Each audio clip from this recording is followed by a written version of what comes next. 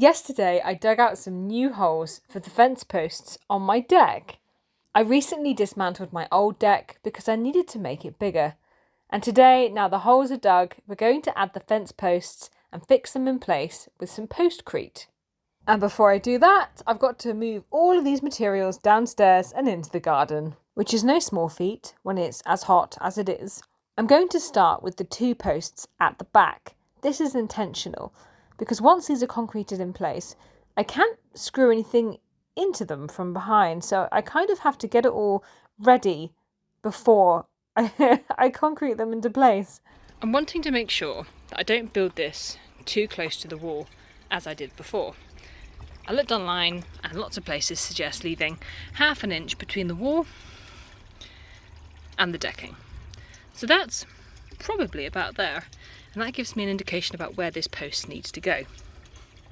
What I'm going to do for this corner, because it is very tricky to get into and I'm going to have some difficulty attaching the pieces of wood once it's set, I'm actually going to loosely screw the pieces of wood into this post on either side before putting it in position. And I'm going to do the same down there.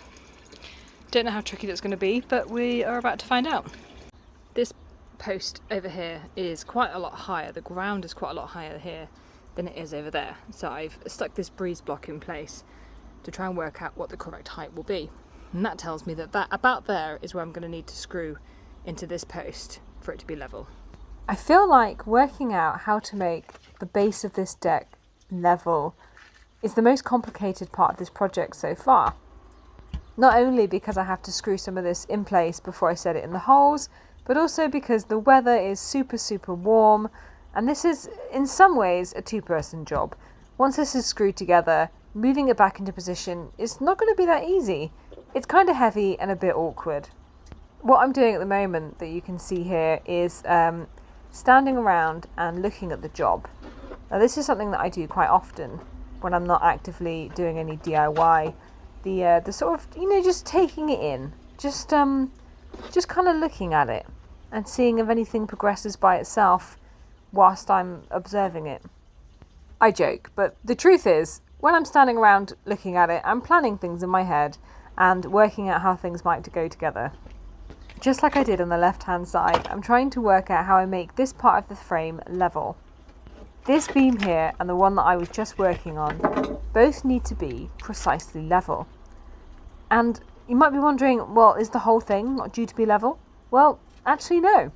That might surprise you, but no. There needs to be at least a slight incline for the water to run off the deck. We'll go more into that a little bit later.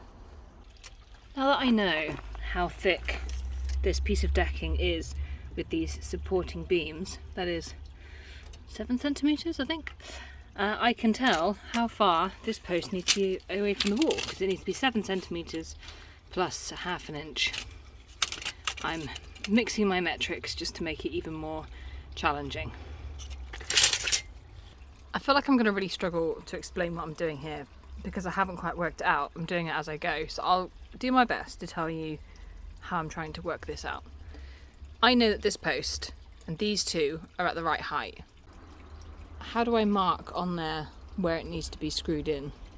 Because I'm going to screw it in before I set it. Let me show you. As soon as I move the post, the beam and this piece of decking, I'm going to lose exactly where it needs to be screwed in. So I've rested my set square on top of the decking and I'm going to butt it up against this post to roughly mark where it's going to be. And in a minute when I take it out, I'll line it up, put in a temporary screw and then stick it back in the hole to check that it's still level. I have to say, a set square like this is super handy. I only picked up one of these for the first time this year and I'm not sure how I lived without it. The reason I like it so much is it has a little lip on the side that allows you to butt it up directly against a piece of wood, so you get an absolutely true 90-degree angle every single time. Or 45 degrees if you're using the angled piece.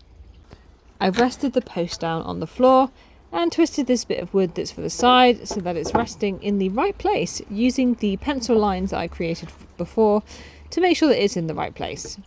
I checked that it was at a correct 90-degree angle by using my set square, I did this a few times just to make sure it was definitely right, and then as soon as I went to screw into it, I nudged it a little bit, and that meant that I had to reset it so that it was in the right place.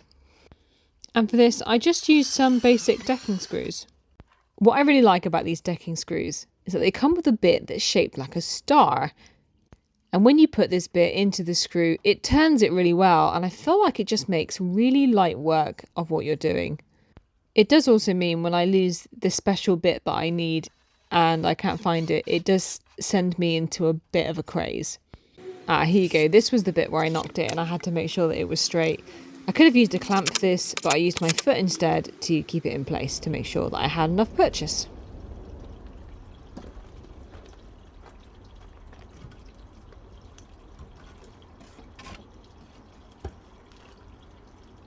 Now I have this big awkward shape I have to contend with. I just rested it against the wall whilst I went and cut the piece for the back.